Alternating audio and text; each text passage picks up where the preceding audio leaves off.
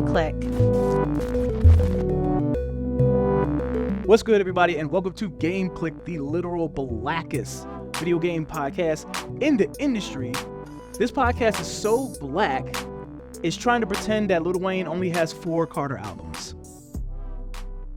Mm-hmm. Yeah. Respectfully. Nah. Peanuts to an elephant. That's all I'm going to say about that.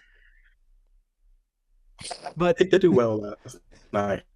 His performance was really good. Respectfully. did you know that song Peanuts to an Elephant? It was produced by the Hamilton dude.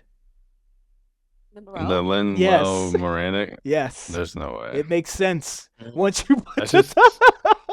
But it's just such a weird, like, who started that conversation? Like, that's crazy. I don't know, man. Who called who? I don't... Yeah, exactly. Yeah, that's crazy. Interesting. How do you know each other? Mm-hmm.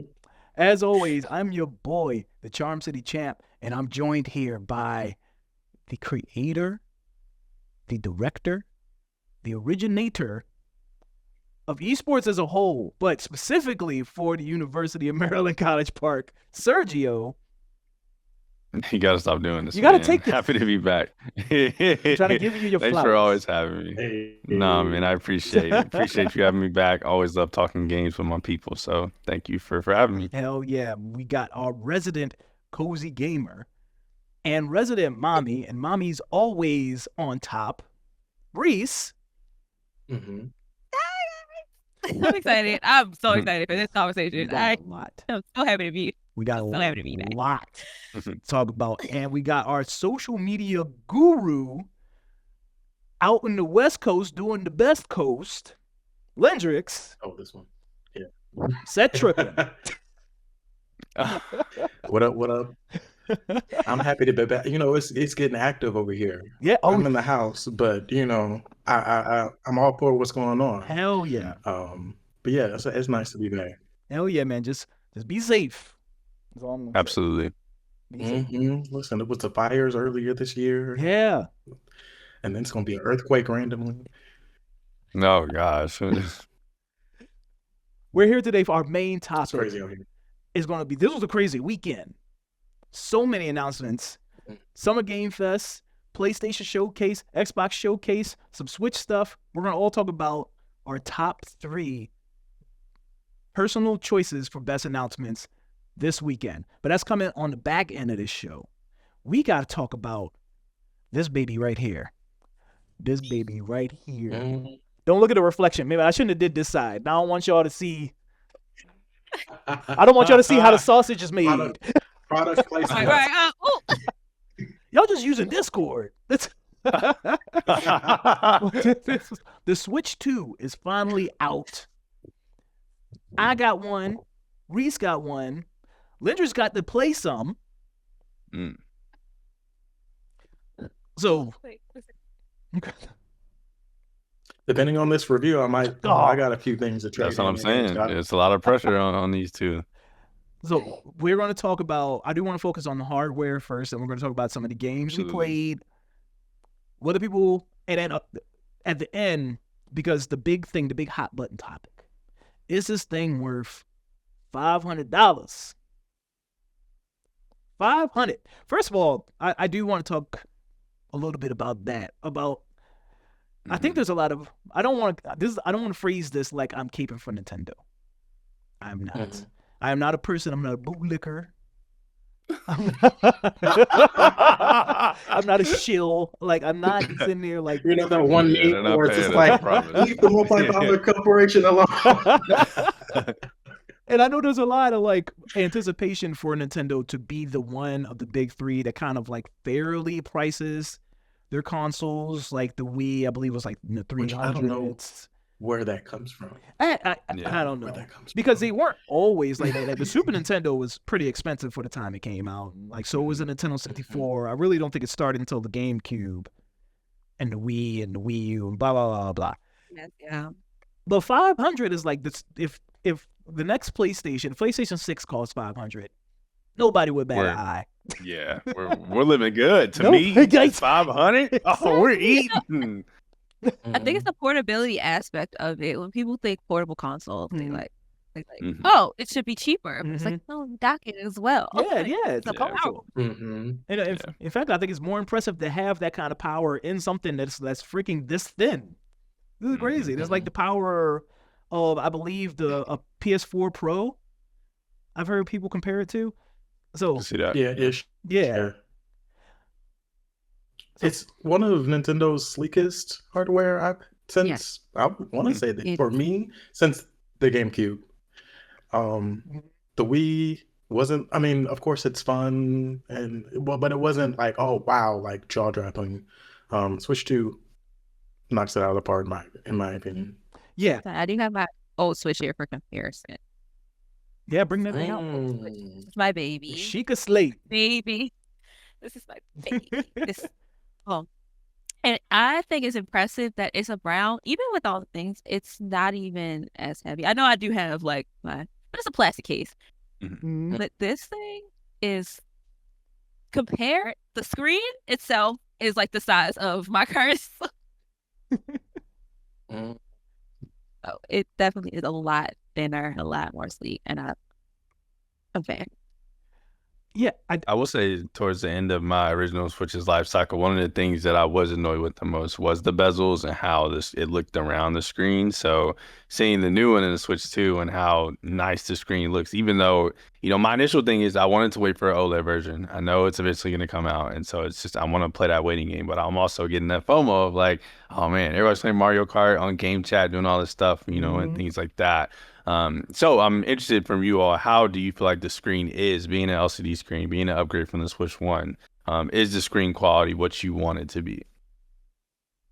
The theme of this video is, if you heard what I said before about the possibility of Switch 2, no, you didn't. Mm. No, you didn't. I never said anything bad about this. No. No. I think the screen itself is just very impressive. Like, the graphics are 10 out of 10. Even on Switch 1 games, it's a clear difference. Mhm. It's I can't. Okay. I can't. Hold on, let me turn it Like, on. Good. Let me show It you. reminds me Like- of the clarity of between the original like Xbox One and PS4. Mhm. How those games are super grainy. Then you get the Xbox One X and then the PlayStation Pro, and it's like, oh, these are how these games are supposed to look and run. Okay. Nice, I love that. So that's what the Switch 1 and 2, based off my comparisons and what I played. It's like, Gotcha. oh, okay, right. Yeah, honestly, I Makes do sense. think, because I had the OLED of the original Switch, and okay. I think Yeah. this screen, I don't know if it's the screen itself, the reason why it looks so much better, but I do think it might be because the Switch 2 can natively do HDR, and I Okay. think that's That what's makes sense. doing a lot of the heavy lifting. But stuff on the Switch 2 handheld looks better, in my opinion, than the Switch Absolutely. OLED. Okay. Oh wow. Yeah. Okay. I will go as far as to say that. One thing I will say is, like, the Switch 2 has like this matte finish. And Lindrick was talking about it earlier, how this feels more like an adult gadget and less like a toy because of the gray look. Right. And because of the weight, it's definitely way more weightier, like not in a burden type of way, but in this feels like a like an iPad, Substantial. more so Yeah. than a toy. But Okay. the thing I don't like is, like, you can probably see this gets fingerprints like really bad. I don't think I'm this greasy. I don't don't think I'm, like, look at the I love screen. that you have to Like- preface it. Yeah. It does. It is. Also, on the screen, there is a protective film on the screen, and they said that if you remove it, you void your warranty. Yeah. I will say, though, I have not even been able to notice where it is, so you can't Oh, accidentally. to remove it. Yeah, some people Right, are you accidentally can't removing even- it. But I can't see where it is to remove it anyway. People are crazy. Interesting. Like, I'm sitting up here like, it is? I have the original Switch. Like, I mean, like, the original. Not the update after. No. No OLED, nothing. This is literally, he has had it, okay? This one has had it. He sounds like an airplane. This is my 4th pair of Joy-Cons because of the drift. So And I still been rocking. So my verdict in regards to if the Switch 2 is worth $500, I truly do think it is. It's definitely up there performance-wise with the Steam Deck, which is comparable price. So That's my baby. way slimmer, way smaller, and way more user-friendly than the Steam Deck. Like, I love my Steam Deck, but if you're not in these PC streets, you are not going to know how to take advantage of that absolutely. thing. The Switch 2 is super plug and play. You just drop that thing in the dock. Yeah. So I definitely think it's worth $500. I think it's worth the hype. Now let's talk about Mario. Yeah. Let's talk about Mario Kart World. Another thing. You said now that software. Now.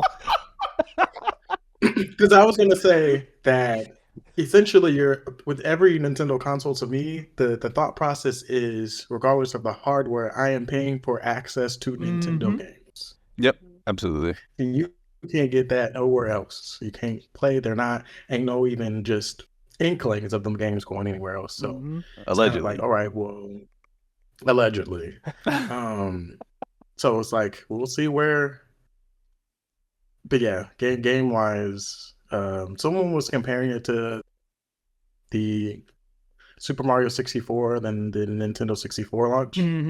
Just like, to me, I don't think you can compare. Yeah, that was open world Mario Kart to the transformative Super Mario 64. Yeah. Hello? Yeah. Like, I get it, like the number of games, sure.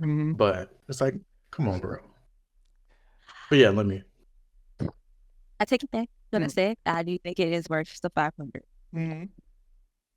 Are the games worth 80? Well, so right now, the only game that's 80 is Mario Kart World, and I do want to talk about that. I have, matter of fact, I should have looked this up before I started the show. I wonder how many hours I have put in to Mario Kart. I'm pulling it up right now. Stretching for time. 10 hours. Mario Kart. 10 hours. Okay. Yeah. Okay. So 10 hours in a Mario Kart. I've beaten all the single player kind of, what do you call it? The rallies, the cups. Beating all the cups. I'm trying to do the thing.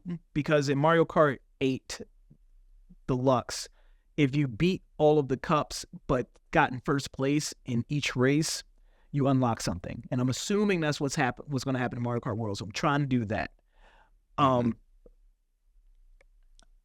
This game is really good. I think I need some more time before I say it's better than Mario Kart 8 Deluxe, because right now, Mario Kart 8 is my favorite Mario Kart. I think they had a lot of meat on its bones. It's hands down one of the best rosters any Mario Kart has had. Best collection of tracks. I thought the control crazy. I thought the music was amazing. Mario Kart World, after my 10 hours, I think it's close to being on par to that. What are you about to Reese, what's up? All I will say is, as someone who is notoriously trash at Mario Kart, notoriously, like it's a shame. I've had over 20 years of practice at this point. There's no excuse. Open world Mario won me over, and I was like, okay, yeah. Yes. Yeah, I agree. I think it's a crazy novel idea. I know there's a lot of people online that are complaining about how it's kind of a sparse world. There's not a lot of pre-made activity to do in there. There are some activities. It's called they're P-switches that you trigger, and it causes like side missions to start, and they're all kind of like go through these checkpoints in a certain amount of time, collect 8 blue coins in a certain amount of time, chase down nabbits, stuff like that. And I don't think that's where the open world, I don't think that's what the open world was designed to be. Like, if you think the open world is going to be like this GTA kind of thing where there's a bunch of side activities, pre-curated things to do, you're going to be disappointed. I think the open world is for the role players. Yeah, I think the open world is for those people that just want to get in there with their friends and just do made up things. Mm-hmm. And Yeah. it's got that. Like it's got that kind of juice. For me, That makes sense. I use it as practice. I'm so Yeah, trash. yeah, you could do that too. I will say, Ryan, earlier you mentioned like Mario Kart 8 Deluxe specifically, right? And I think it's important for us to note that that game took time to build to the game that it is, Yes. today. Yeah, it's right? important. Yes. Right, absolutely. And so, I definitely think that this game is gonna evolve over time. We know they're not done supporting this game. It's not like they're about to come out with a new Mario Kart next year, the next 3 years, or if anything, right? This is the Mario Kart for this device. Right. So this will be a game that evolves over time. So I'm interested to see how, they live up to what they did with Mario Kart 8 Deluxe. 'Cause I think people are going to expect, more, if not, or the same, if not more for this one. Yep, half of that roster got added after the launch of Mario Kart 8. The 200cc was added later.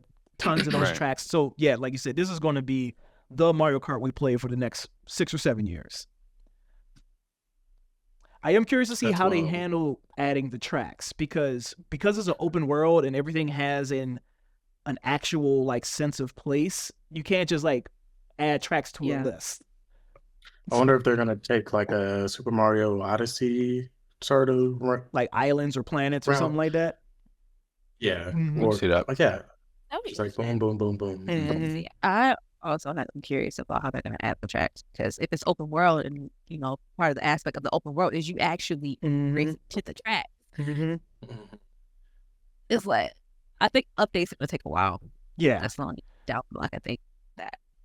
Yeah.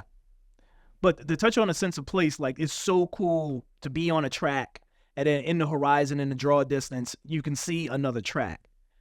Oh, very cool. It has Okay. draw distance. Yeah. I didn't know that. That's very nice. cool. The open world, I think people don't understand how polished Nintendo games normally are. So when you launch the open world mode in Mario, it starts immediately. Like there's no load time.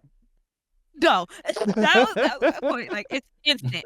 So It's like load up, mm-hmm. drive. Oh, okay. Yep. So the way it works is the main menu is just a character driving an open world, and if you press a certain button, I can't remember what it is off the top of my head, you take control of that person instantly, wherever they are. So there is no load. The open world automatically loads. There is no pop in, or at least not that I noticed. There's no texture pop in. There's no pop in the draw distance. It's insane how this thing runs, even on handheld mode.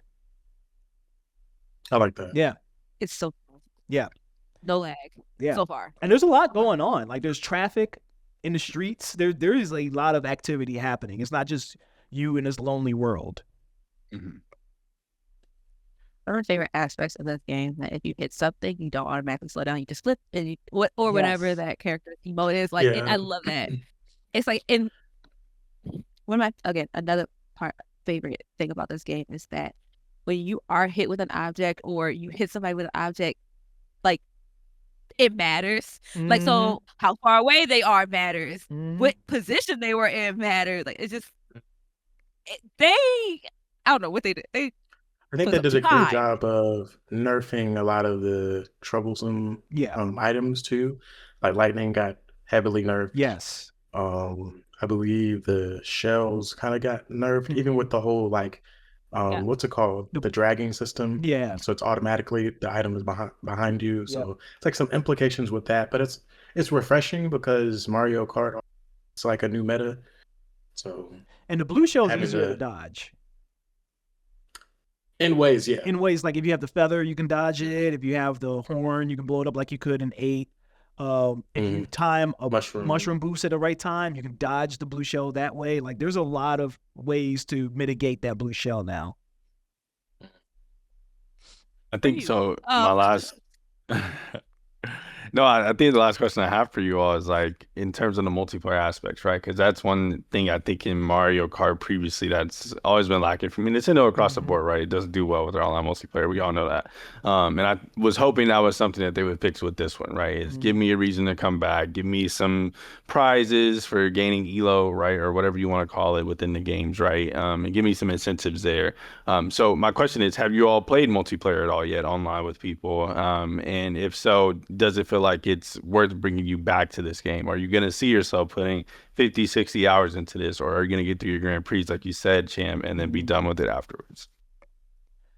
I have not. You have not? Sorry. Okay. I have not. I've played a little bit.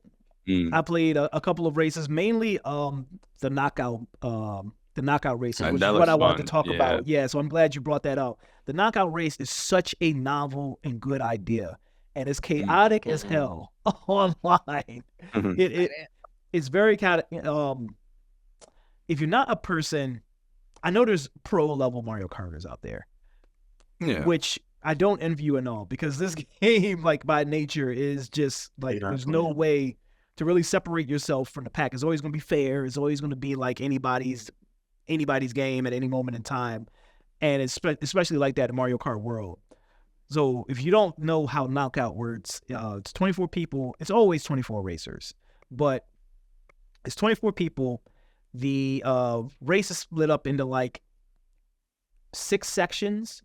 At each section, 4 people the last 4 get eliminated until there's 4 people left in the last section. So you have to make sure you're not in that last 4 positions at all times. And there's one race that's normally, it's basically the length of a cup. So it's 4 tracks all interconnected with like the roadways that connect them, and you're just racing all the way through without the pauses in between the tracks. And it feels so good. I prefer that more than the cups, honestly. Oh wow. Yeah. Okay. Yeah. But yeah, the online. I told some people it's like Forza Horizon Mario Kart. Yeah, it honestly is. Yeah, I'm sure that's what they were going for, because it even has the rewind feature from Forza. They don't explain that. I wish they did. But the Y button. Even online, right? Nothing. Yeah, even online. Can you rewind online? I was curious about that, and I tested it, and you do, but it only rewinds you. So everybody can still move forward. It just sets you back. So you got to choose whether it's worth doing that or just respawning or fixing wherever you messed up at. So I do like that it adds that kind of strategy to it. And we're going over on this segment. But the wall riding and the grinding, I think, are really dope additions too. I think they raise the kind of skill ceiling. I've seen some people on Twitter like using the wall riding and the grinding mechanic to like create these insane shortcuts. So I'm curious to see how, more people do that over time. But I really like Mario Kart World. It's better than 8. I don't know. Is it worth $80? No. This game is not doing. I appreciate the honesty. I appreciate the honesty. This game is not doing anything that I believe sets itself apart from a $60 or a $70 game. I don't know why they chose to mark it up to 80 outside of just they can do it. But yeah. No, if you listen, and it's going to stay up and stuck. It's not going nowhere. I mean, we're already seeing the ramifications of other games that I've seen announced now. $80. So yeah, Outer Worlds too, $80. Yep, the precedent has been set. It's over. Yep. My boomer take on this is no game should be over $50. Right. That's my boomer take. That's my kids get off my lawn. Old lady yells at sky. That's it. Like, no game should be over $50. I mean, will I pay it? Yes. Yes, but no. Yeah, for sure. Yeah, great game. I don't see, like, Nintendo's verbiage was this game is doing something that makes it worth $80 versus any other game, and it's really not. It is not doing that thing. But 70. 70, I would, yes. That's okay. 70 spare. It's Nintendo. Right. And it's going to sell. That's what it's Mario Kart attached to it. It's going to sell regardless. They could have put $100 on there, and the mamas were still going to go to the store and pick up Mario Kart for the kiddo. So it's, it just is what it is. They sold 3 million Switches in 24 hours. Oh. And I'm God. pretty sure 100% of those Switch 2s have Mario Bundles. Kart World. Yep. So Mm-hmm. it is what it is. Also, sorry, Mhm. small rant. I Yeah. didn't like the discourse online about how they're saying like, "Oh, it's not selling. Oh, it's not selling." I'm like, "Oh God, they have stock." I am. Oh God, Right. I'm so glad you brought that up. Like so I pre-ordered my Switch 2. We had talked about this like a couple episodes ago. Mhm. From the store that shall not be named. I am sorry. I'm I'm sorry. Don't turn it off. Don't turn us off, y'all. I forgot about the boycott. Hey, accessibility Oh, is man. accessibility. I promise I won't do it again. But I ordered it from that place. Launch day came, and they didn't ship it. They didn't ship it. I'm sitting there. I'm watching this thing like, all right, where is it going? They finally scanned the origin label thing. This thing in Chicago. Oh, I live in Baltimore, y'all. Mm. So I'm panicking. I'm Mhm. like, oh, I gotta play this thing so we can talk about it. So I just went to a Best Buy, and there was one left. And this was like 7 p.m. at Wow. night on launch day. But wow. I think that just goes to like Nintendo, I don't know how they pulled this witchcraft off during the time that we're in where like the tariffs and the chips are going up in price and all the components are going up in price. There was a lot of stock. Like even after pre-orders on launch day when people were going to pick up pre-orders, Best Buy and GameStop specifically I seen were urging people who didn't successfully get pre-orders to come. Yeah, I mean, it had been rumored for a long time, so I'm assuming they've just been Mm-hmm. stocking up Yeah. and making them. That is a good point, though. I feel like in a lot of recent console launches, you always see people say, I didn't get mine this time, or they ran out of this, had to go to 6 different stores. And I wasn't seeing a lot of that. I feel like everybody that really wanted to go get one was able to Oh, get yeah. one. So that's really cool. Yeah. We're running short on time. I'm going to speed run these other games I want to talk about. Yeah. World Tour is ass. Do not do it. I know you're going to look. I know you're tempted. I know you're. Look. I get it. Nobody was tempted but you. Yeah, nobody. Hold I on. mean, what is it? The Astro World? Was Astrobot? Was it World? I can't even. I could get why. Like, I can't even okay, get like, Astro's disrespectful to Playroom or Astrobot. Astro. I forgot what Yeah, I can't even get disrespectful to yeah, that. I understand. Like mentally, I was like, okay, like maybe this will be similarly pleasant. So Welcome Tour. What did you drink? Welcome Tour.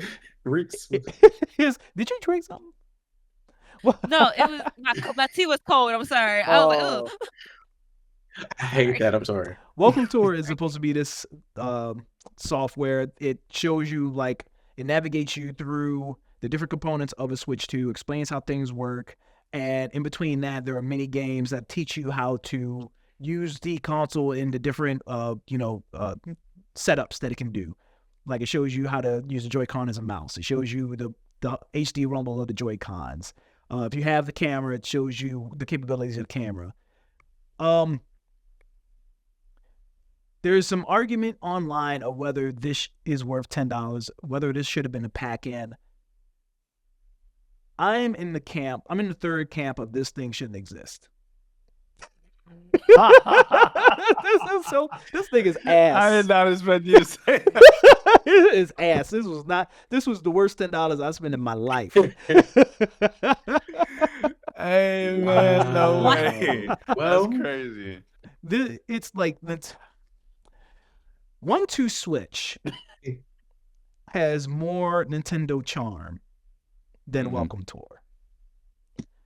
And that's oh, yeah, and that's saying a lot because 1-2 Switch sucks, but Yeah. at least like in the presentation, there's something like you could tell they were trying fun. something. They were trying something. Like here is like it's default fonts. There's like just stick figure characters. The mini games have no sort of art style whatsoever, and they're all just like one mini game. I shit you not, is you use the Joy-Con like a mouse, and you literally are clicking the target. You're using a Nice. mouse, and it's just the target moves, and you just got to click the target. That's the amount of time. It is. I cannot fathom. Outside of, again, they knew they could get away with it of why you would charge $10 for this thing. I'm not saying many reasons to why you charge at all. It's not a game. This is I- not a game. There's not enough We game talked here. about it on the show, and I said, Brian, don't do it. And you said, I probably will. I said, okay. Hove did that, so you So, wouldn't have to go full through circle. that. Full circle. Don't do it, y'all. I know you I got took your. one for the team. I Yeah, did. you did. Shout out to you. I did. I know you got your Yeah, Switch too. and thank you for that. I know you're like, oh man, I played like 10 hours of Mario Kart World. I need something else to do. Don't do it. Add $15 more and get Deltarune or something. Don't do. Don't get Welcome Tour. We gotta send this message. I want to I'm refund. so sad. I did play some Deltarune. I don't know if it's not really a Switch 2 game because it's on everything else. For sure. But it's good. I haven't played enough of it. I'm only like maybe halfway through chapter 3, so I want to hold off until I beat 3 and 4 to talk about that. But so far, that's great. That's all. I don't think I've played anything else. You played any of it? Most of the other Switch 2 games are just ports of games that already exist. So what you want me to say? Right. Street Fighter 6 is good. Another game I'm gonna download soon, Mm-hmm. but so far I've only played Mario World. Yeah. Mario Kart World. And that's another thing. Nintendo didn't send out review codes or review. They didn't send out the Switch 2 early to any outlets or any review codes that needed launch games. So that's why you're not seeing any reviews to any of the Switch 2 games yet outside of Mario Kart World, because people like IGN had to go out to the store and buy theirs and then like hurry up and put 10 hours in Mario Kart World so they can review it.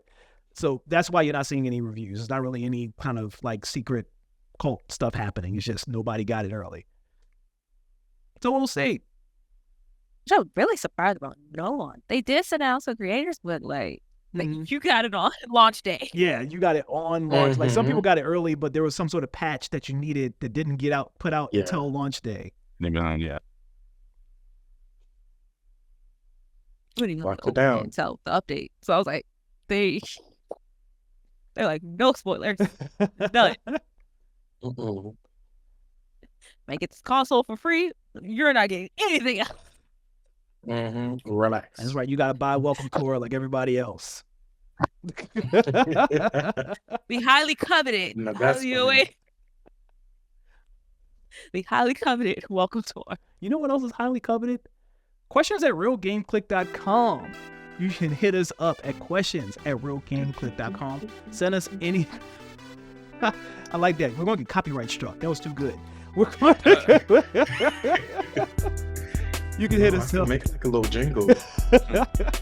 You can hit us up at questions@realgameclick.com and ask us about anything. You want me to play any more shit $10 games, you can drop those in questions@realgameclick.com. If you don't want to email us, you can hit us up on any social media platform, whether that be Twitter, TikTok, Blue Sky, Threads, Twitch, YouTube. We're at Real Game Click on all those social media platforms. If you're listening to this and not watching this, what the hell are you doing? Go to youtube.com/@realgameclick. Hit the subscribe button. Hit the bell so you don't miss any of our podcast clips and IRL content. If you're watching this and not listening to this, you can go to your favorite podcast platform, whether that's Apple Podcasts, Spotify, Google Podcasts, and search for Game Click. We're the ones with the blue icon. Hit subscribe and leave us a review as long as it's good. Don't go anywhere. We got Summer Game Fest. It's hot. Don't go nowhere. We're going to talk about that real soon.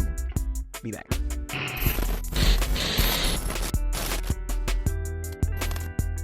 Like I said before, like I alluded to before, this weekend has been insane.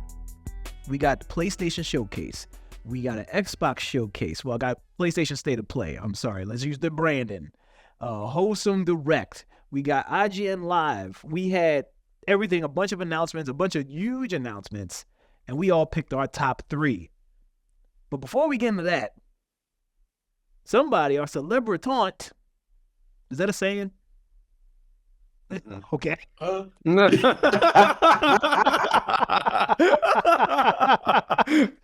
Let's actually went Again, to the Blackest Gaming Podcast. Yeah, man. For real. Add it to the AAVE list. Electrics represented us at IGN Live, and I want to hear everything about your experience. Why don't you break it down? That was fun. It was a really, really good time. Being here in LA is interesting because there's always so much going on. I hadn't really been out since I've been in school. I think the last event I went to was like the Combat 11 reveal thing. So I kind of gave similar vibes to that. It was 2 days, supposed to be Saturday and Sunday. I'm super busy on Saturday, and that was the day kind of had I think more like unreleased games out. Mhm. By the time I got there, of course, it was more. Sunday was really, really cozy. Everyone just kind of like playing games. Beautiful setup. And the energy was just really, really, really nice. I got to play. That's where I got to play Switch 2 for the first time. So everybody was hogging up the Mario Kart, so I just kind of like watched and conversed with a lot of people. They had someone from the WWE there playing Mario Kart Dominic there Mysterio as well. Yeah, that was really cool. And just even just walking around like, oh, I know these people. My relationship with IGN is I remember when I first joined the military, I would be like in the comments and the threads, IGN just battling down. But I just fell off. So it was nice to kind of be there and see a lot of like the familiar faces, from the reviewers to the people who just make, commentary. So it was honestly like nostalgic in a way. I got to kind of like act like I was on the fix. That was a nice little thing. I asked them, I was like, can I say game click? Can I do that? He was like, no, you can't do that. I was like, all right. So I tried. I should have. Honestly, I'm like, what would I do? You can't got nothing download. to lose. Mm-hmm. But yeah, no, Switch 2, I got to play. I played 2 sets of Street Fighter 6 with some random guy. I won one, he won. But the Pro Controller, fantastic. For the Switch 2, incredible. And again, that's my thing. Consoles that should come with the device, in my opinion. But it's so good, and I always buy the Pro Controller with any Switch, any Nintendo device I get, and so that is, I'd say, worth getting. Let's see what else. I think there was a few panels, a lot of indie games. I for sure. I was just watching people do interviews. It was kind of cool seeing things. There was a guy, one of the interviewers was sitting on the chair, and right as they started, I guess what he was sitting on broke, and so they cut. So it's just like it was nice to kind of just see them things and just start back up. What was that game? There are no ghosts at the Grand. Oh yeah. They announced that at the Got to Xbox watch. showcase. Yeah, that I got to watch the developers talk about that. Just it's very nice to kind of be in the moment versus watching it. So thank you for allowing me to be there or getting me access to there. And so yeah, anytime there's game stuff around here, you get me in. Hell yeah, man! Even if it's a road trip. Thanks for representing the first of many, and you saved me travel cost by living on the West Coast. So I don't have to fly anybody out. Yeah, I'm hoping that next time making myself like fully available at a concert on Saturday. Yeah. No worries, but let's get on to the what we are here for, talking about these top 3 announcements from all of us, and I'll break the ice with something that's near and dear to my heart, something I was hoping and praying was real. And they finally announced it during the Xbox showcase. Persona 4 Revival, the remake of Persona 4, the final one of the 3 that everyone was begging for. It's finally coming out. It's finally real. We were kind of getting teases from it when the voice actors of the original cast of Persona 4 Golden were going on Twitter pissed because they weren't booked to voice the remake. So it's weird that the remake trailer came out after all that. But I'm very excited. Persona 4 is the only one of the final 3 that I have not played to completion, and that's only because, and I'm probably going to get lambasted for this online. Persona 4 is ugly. Persona 4 Golden did not age well to me visually. Yeah. And it's very hard. It's fine. Yeah, I mean, it's very hard to like go play Persona 5 Royal, play Persona 3, reload, and then try to play Persona 4 Gold. It's very hard to do that. So, It's like going back to play Grand Theft Auto 4. yeah. For sure. Yeah. So, I feel like with these games, you know, I feel like a common critique in modern day gaming is like of the whole like remaster, remake era, right? They're recycling the same stuff. But it feels like the Persona games and Atlas in general, for some reason, is immune to that critique. So, like, coming from somebody that doesn't play Persona, right, and my only experience with them has been, you know, my time with Metaphor. You know, why is that? Are these remakes just so in depth and so different that you feel like they are immune to that, or is it just, you know, Atlas can do no wrong, and we're just, you know, I just don't know where is that magic happening? So with me with remakes, I think there's room for them as long as it's been long enough from the original, because like I say a couple of times, like I have a 17-year-old son who refuses to play anything that's like 4:3 ratio. Like he will not play anything that was made like after like 2015. Oh wow. Yeah. Oh, geez. Like if it's not remade, he will not play it. So I appreciate certain things being remade so that new generation can experience them. And Persona, sometimes it's a licensing thing too. Yeah. For a lot of remakes. It's like, we can't bring this original code back, so let's see the way that we're able to do it. Yeah, and it's just Persona 5 has such a, and I know there's like differing opinions about it online, on Twitter specifically. But Persona 5's style, Persona 5's music, Persona 5's UI is so unique and original and dope. I don't see the problem in taking that packaging and going back in time and kind of putting that makeup on Persona 3 and Persona 4. Okay. So that's what I look forward to.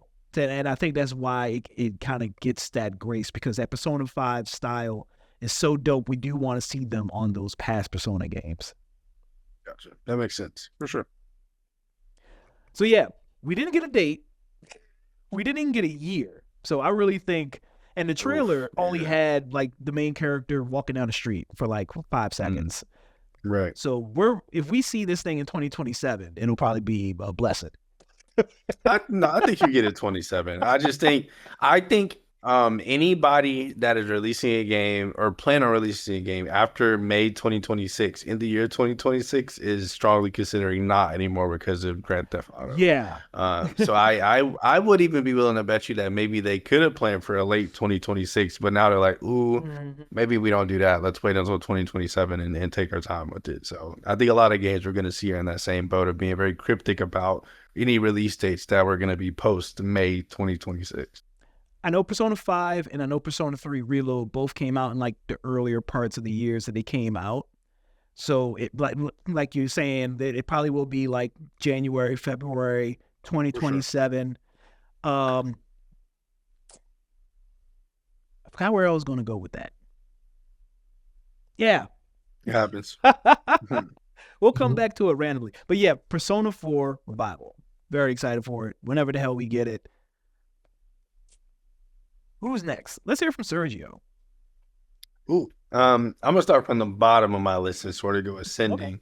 Okay. And so diss to this game, even though it's my number 3. There was a lot of really neat stuff that got introduced, but out of words, that for me, one of the highlights of the SGF showcase, the Keighley showcase at least, was Epic Games Publishing. It really showed that this year they were trying to publish and invest in projects that were different then I think they're trying to get away from we're known as the Fortnite company.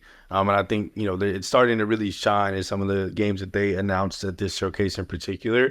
So Out of Words is the co-op 2-player co-op game that they showed, had a really interesting art style. The main characters, I believe, didn't have mouths, and so I'm also interested to see how they're able to tell this story without any real dialogue outside of side characters that they showcase. And so I thought it looked really cool. I'm always down for a co-op game that I could jump into with somebody else and experience still a quality story and quality and engaging gameplay. So I'm super excited for that one and can't wait to see what it looks like. As people talk about these games, I'm dropping the trailers for the videos in our Discord chat. I'm very curious. This did excite me too and pique my interest when I seen it. I'm very curious about the coincidence of all these games that are mimicking the kind of claymation Tim Burton-y art style. Like we had South of Midnight, then we've had the PSVR 2 game, Midnight Walk. Now we have this that gets announced. And there's a couple of other ones that I noticed that has kind of the stop motion claymation kind of look. So I wonder what the catalyst was where all these games are coming out now at the same time with that kind of art style. I'm not really sure. I thought you were even gonna say my biggest thing when I saw because there's multiple games. They got Lego Voyagers is another one that I probably won't get to mention, but it's another couch co-op game that they showed. Shout out to Hazel Light Studios for bringing couch co-op back. Yes. I really feel like they have a big hand in making people know that these games are wanted. These games are still needed in an era of where so much of our gaming is online with our friends. People still want couch co-op games, that they can still experience in an online format if they want to. And I think we're seeing finally the fruits of that labor coming to fruition. So shout out to Hazel Light for sure. Y'all did it. Bring back the LAN parties. Oh god. Out of Worlds. I am out of words. I am looking forward to that. Yep, that'll be really good. Lindrix, what you got? So every year I'm like, oh yeah, I'm back at. And so Invincible Versus is the game that's going to make me say it this year. Yes. Just I think a lot of people have been wanting more of the Invincible Versus, especially just like in something in a video game. So it was cool to see what's its name? Oh, I hate names. What's his name? He's in Mortal Kombat 1 from Invincible. Oh, Omni-Man. Yeah, it's cool to see Omni-Man in Mortal Kombat 1, but now just to have their it's kind of ironic that they announced kind of like a few weeks after MK1 dies. So yeah, I'm just super excited to have another fighting game that I say I'm going to play. So we talked about this a little bit offline. I like the art style. I like that it's made by a couple of the devs, the original Killer Instinct. They showed a little bit of gameplay, and me and Sergio kind of shared the same skepticism of like, it kind of looked a little clunky. They gotta, yeah, I agree. And like we said, though, we don't know where this footage is, right? Or like how far along this game even is. If they told me this is coming out late 2026, this could look completely different by then, right? I think one of the things to me when I know a fighting game has sauce is the background environments, how interactive they are, how detailed they look. That was another thing that really underwhelmed me with the trailer that they showcased for this. And as somebody that's not super into fighting games, that could just be part of it, right? Is I'm just not really in tune with that community, really. But I also don't know if this was the move with the Invincible IP coming off so much momentum, right? With what that show has. I just don't want to see this game in an era where we have so many fighting games, good fighting games that are planning to come out. You have Marvel Token Fighters. People are trying to write off 2XKO now, but that's Riot Games. They are going to make it staple within that community as well. Just off sheer force of power anyway. And I feel like if this game isn't up to par with those, then it could really get lost in the shuffle. And I feel like we could have put that Invincible IP somewhere else other than the fighting game, scene itself. So I hope it gets support. I hope it does well. But for first showcase, I was excited to see the IP. Like I saw Invincible, and it got a pop out of me. I love Invincible, right? But I really do hope the gameplay follows suit. Thank God, absolutely, for an Invincible game that's not a free-to-play mobile game. Like finally, oh yes, we're absolutely, getting a full Invincible experience, and it looks like this. Hey, we have. Go ahead. I was gonna say we had to get through all the Dragon Ball Z games to get to Dragon Ball Fighter Z. Right. True. Right. So Very true. even if this one's kind of like, no, they can't try It's it. step in the right And direction. FGC is very much they love their like kind of cult classic games as well. Like Killer Instinct back from 2013 is still getting play. It's not necessarily the biggest game ever. Yeah. Mhm. You got to pay. I'm playing this nice little niche. You got to pay your dues unless you're a solo Absolutely. leveling fan, apparently. But it also, last thing I wanted to talk about this, it looks like the game is not going to follow the show one for one. And I'm not really too deep into the comic or the graphic novel, but I don't know if it's following that either because Omni-Man looks like he's full on the side of the Viltrumites. I didn't take the trailer to me as like very much like story driven Yeah. versus like, these are the characters that we're showcasing for this particular trailer. Now, of course, we're going to get into the era of, hey, we're announcing 2 more characters this week, and that type of thing. So I didn't really put too much stake in that. You could be right. And maybe they do an original story. And that could be part of what we were talking about earlier of how do you entice the people that don't play fighting games like this to buy this game and to have investment and care about it. And so if you're giving me original story elements from Invincible, then maybe, even if I don't play fighting games, I'm like, oh, I kind of don't want to miss out on that, right? Yeah. So maybe I will buy it. So that's a good point. It could be a different story branch too. And Rexplode is alive. That's right. Right the wrongs. Invincible versus 2026. Yeah. 3v3. 3v3. Tag fighters are coming back. I will say that's another aspect, right? If I can get on with my friends and play a tag fighter, I'm more inclined to jump in and try it, right? And so I'm loving this era of fighting games. It's very, very impressive. Reese, what you got? Not a cozy game. What?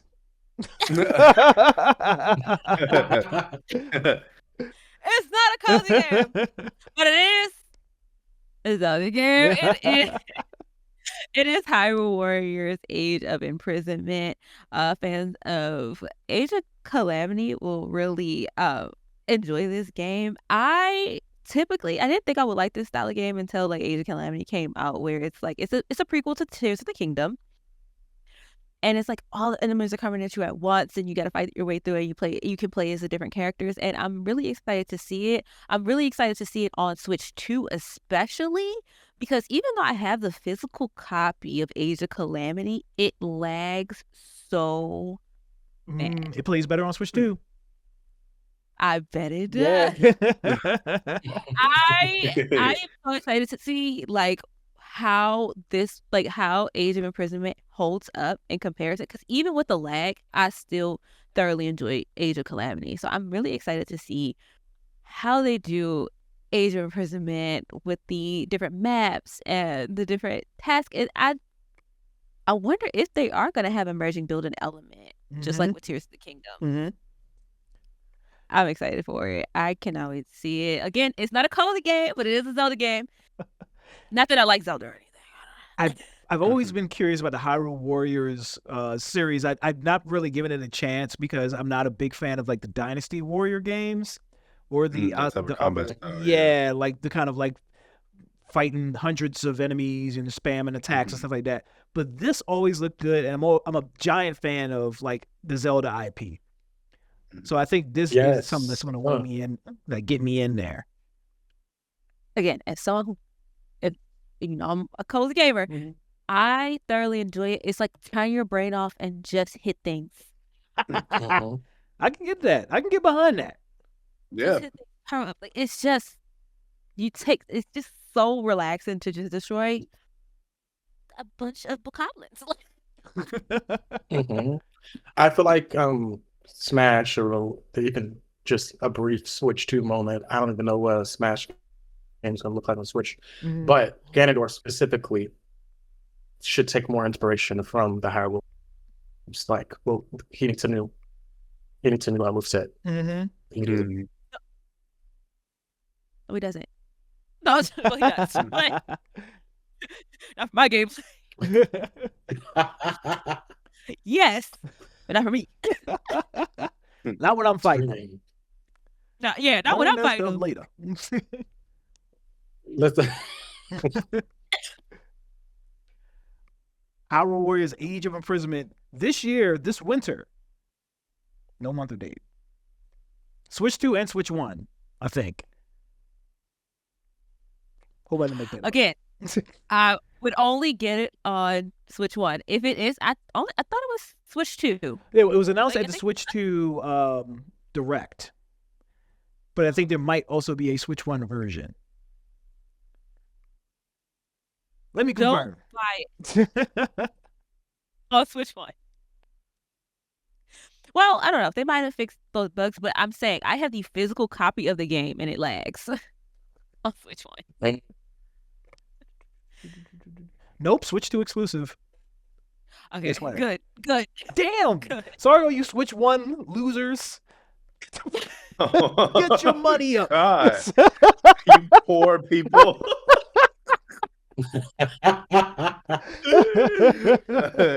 Well, Well, my pick. 007 Last Light. The makers of Hitman. The makers of Hitman were given the reins to the James Bond IP, and this thing looked good. It didn't look like what I predicted it to look like. Like, I thought it was legit going to be like Hitman with the James Bond skin, but it looks like they're making action adventure game that looked mad reminiscent of Uncharted. I can see that. Which I really did like what we saw of this. I think my only complaint was that I really wanted, like, if y'all were gonna go basic white guy, give me a celebrity. Like, give me a new Bond. Show me something. Like, there's not often where I feel like celebrity crossover in video games like works to where it doesn't feel forced or corny. And I feel like this is a way to do it, right? Bond is known to be a celebrity. Reveals of who is the next Bond is supposed to be a big moment, right? And no shade to the guy who plays Bond in this. I could just be missing out and don't know who he is. But I really feel like, we could have really had a big name in this spot. But other than that, gameplay looked incredible. I was super impressed. As somebody that I don't know if I've ever played a Hitman ever, honestly. And I was super impressed by this and definitely want to play it. So very, very impressive. So the guy who's playing Bond is named Patrick Gibson. He was also in. He plays young Dexter in that Dexter reboot, Dexter Original Sin. Interesting. Oh yeah. Cool. Mm-hmm. Still a very generic white guy, but absolutely. we were watching. We could have got a higher profile generic white guy. That's all I'm saying. We were watching that PlayStation duel. Spicy mayo. Yeah, a little bit, a little something. We were swinging for the fences with our guesses, and then here come this like generic dude, like out of nowhere. Yeah. All the white men. White man. No, like, come on, Idris Alba. We know good and well. As soon as they done the silhouette, the silhouette, he had to come over. I said, oh, there goes the black person. A white man. No. But no, this game looks really good. I'm very curious. It looks like the guys that make Hitman are stepping out of their comfort zone. Like, there are a lot of these action set pieces that from Uncharted, like things are exploding, he's gliding on zip lines, which is a very Bond thing. So this should come to be expected. But it's just when they announced the people who are making this game, I didn't think they were going to take this direction. I read the some press releases about it. They do emphasize that this is going to be there are going to be a lot of stealth sections here. But there's an emphasis on the gadgets that he wears too. Like, you gotta use a lot of the gadgets to kind of like in an immersive sim type of way, figure out your way through the segments to get to the action set pieces. I'm excited. Wow. Those like stealth games are coming back, man. Indiana Jones. Where's Deus Ex? We're in Splinter Cell. Where y'all at? Yeah. Perfect Dark. We got Perfect Dark coming soon too. So I really feel like that genre is coming back, man. Well, yeah, I miss the Uncharted franchise. I hope this thing scratches that itch. 007 First Light comes out. Did they say a date? I'm looking for it right now. And also, it's First Light. I said Last Light at first. I like alliteration. So I don't see a date. Coming soon. Sergio, what's your next game? Yeah, my second one on my list is actually coming from Giant Squid, the people that made Journey. And so Journey, by far one of the most beautiful games I've ever played. Just scenically, if you haven't played it, highly recommend, especially if you have a Steam Deck, which is really, really good handheld. Definitely recommend that. But their new game, Sword of the Sea, I think I've talked about it on the show before, but some of my earliest gaming memories are playing like the original Tony Hawk games on like PlayStation 1 when they were coming out. And so to see the same type of art style from this studio where it still looks so beautiful and so otherworldly, but now I can do tricks on a seemingly skateboard that also acts as my weapon, and there's combat and puzzles. It's right up my alley, and I think it looks incredible. So I'm super excited to play through this one. I think it's going to be a hit, and we get it this year, so I'm very, very excited for this one. We had seen this thing at the Direct when it first popped up, and I think you and I both almost at the same time was like, yeah, Journey. we both like, oh, that's it. Yeah, that's it. Yeah, absolutely. Yeah, this thing looks good. It looks special. Yes. It really does. The navigation and the way you're like gliding on that sword, it looks like so satisfying. Like I guarantee. Right, it looks like a perfect mix of like involved but also cozy. I don't feel like I'm gonna be too overwhelmed playing this game, which is I definitely need something like that for sure. Yeah, man. Reese cozy. Yep, cozy. I dropped it in the chat, y'all. My bad. Yeah, definitely check that one out. Yeah, the thing about Journey is it was a cozy game in the sense that it wasn't any real fail state. Like you're really just navigating the world, taking in the way things look, and kind of trying to decipher the kind of story that it's trying to tell you. Yep. So really cool, and no combat. So I'm not sure. I don't know if they showed traditional combat in this trailer. No, not really. There was definitely signs of there being like an antagonist sort of figure at the end of the trailer, so I'm interested to see what that looks like. To me, that insinuated there may be some form of combat, but yeah, I think overall, I'm very, very excited for it. It looks really, really good. I think it's just going to be a good break. There's so many like Souls-likes and things dropping that I'm playing this year that I really need something like this to hit at the end of the year. Oh, I'm looking at the trailer now. There is something that reminds me of right before you get to Gerudo Town on Breath of the Wild. It kind of it's like the desert region of Breath of the Wild. I'm sold. It looks good. Yeah. It looks really pretty. It's a really pretty game. PlayStation 5, Steam, and Epic Game Store, August 19th. This thing's right around the corner. Very excited. Yep. Rich round. Lendrix, what's your next pick? So I got into I do these like introductions before my thing. It's an artist thing. I got into the Final Fantasy franchise with the first one I beat was 15. And it's kind of just been my gateway into the other one. So Final Fantasy 16 and the 7 remakes being announced on for Xbox is really big for me. Especially just kind of considering the news behind, Square Enix is never like impressed by themselves and their sales, and it's just like you kind of cut off foot by making it exclusive. So it's just nice to kind of see them continue to kind of break the barriers that they put on themselves.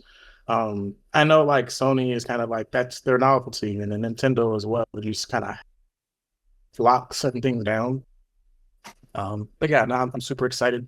I didn't play the original Fantasy 7. I was one of those people just like where it's just like, oof, a little too old. Will hit me up when they do a remake. So I'm excited to play that. And then I play a little bit of 16, and I really enjoy it. For me, I don't care if it's turn-based or not. It's kind of like, if it's fun, it's fun. So that was a big announcement for me. And Final Fantasy 16 got shadow dropped like the day of the showcase. Oh yeah. So as soon as I can get it, I will. Yeah. The thing I do want to talk about, I'm glad you brought up the Xbox like showcase and the big announcement that they made. I wish Xbox would be more clear about what is a Game Pass game, what is an Xbox Play Anywhere game, and what is just a game that's on the Xbox. So I seen the Final Fantasy 16 come out. I was like, oh, you can play it right now. Oh snap! I went on to turn my Xbox on. I was trying to download it, and it's not on Game Pass. It is a Play Anywhere game. So that means if you purchase the digital license on Xbox, you can also play it on PC with the Xbox launcher, and vice versa. Cross progression. And Yeah. I'm assuming Okay. that's and that's the thing, I guess, with the Ally is the question. Mhm. That was kind of my slash. Yes, I think for this exactly. that'd be a big game to run on that device. I think it's possible. Mhm. Certainly incentive. Yeah, well, Does Remake run on local? I think you can play it on deck. yeah, I think it's You can deck definitely play it verified. on deck. Yeah. Okay. Now it might your battery life, but it'll run. It'll definitely run. Did we want to transition to the ROG Ally X? That is on my list. That is my slash, other than my other game on the list. I think for me, if you listen to this show and on any episode I've been on, the Steam Deck OLED is my baby. This is my baby. I was literally out on my balcony today playing Liza P, trying to catch up to get to the DLC today on my Steam Deck, and I feel like one of the things that frustrates me the most about my deck, I'm like Brian said, I'm not the PC gurus. I'm not in my deck getting the emulators and things like that. I'm playing what's in my Steam library, and that's it. That's all I got. And so for me, I've also been doing a lot of Game Pass gaming this year. I just was able to get through. I finished South of Midnight, like we talked about before. Doom the Dark Ages, I was on that. Expedition 33 was huge for me. My game of the year so far this year. Played that on Game Pass. And not being able to play these things because the Steam Deck doesn't have like the Xbox launcher is really, really what sold me on this. And so it's honestly to a point, we Lindry and I talked about earlier how we were waiting on you all to tell us what's the worth of the Switch 2. And when they announced this, I looked at my partner and I said, I really don't know if we're gonna get a Switch 2. This may be my gaming purchase for the year. And I think because literally alone for me, just being able to go through each of the different launchers and play anything in my library that I need to on this device is so valuable. And I kudos to Microsoft and the Xbox for continuing to really live by the play anywhere mentality and making sure I don't have to just have an Xbox console to enjoy and play some of these games. So unfortunately, they probably will have my purchase depending on the price point. I'm still definitely looking out to see, to make sure they're not taxing too much on that. But if it's a reasonable price, man, I will happily invest in another handheld PC. Absolutely. Yeah, so this thing will natively run the Xbox game launcher, the Steam launcher, and the GOG launcher. I think it said BattleNet is on there too. BattleNet as well. Yeah, makes sense. Which is something you definitely can't say about the Steam Deck. So, absolutely, absolutely. Yeah, I'm in the current market for a handheld PC. Yeah.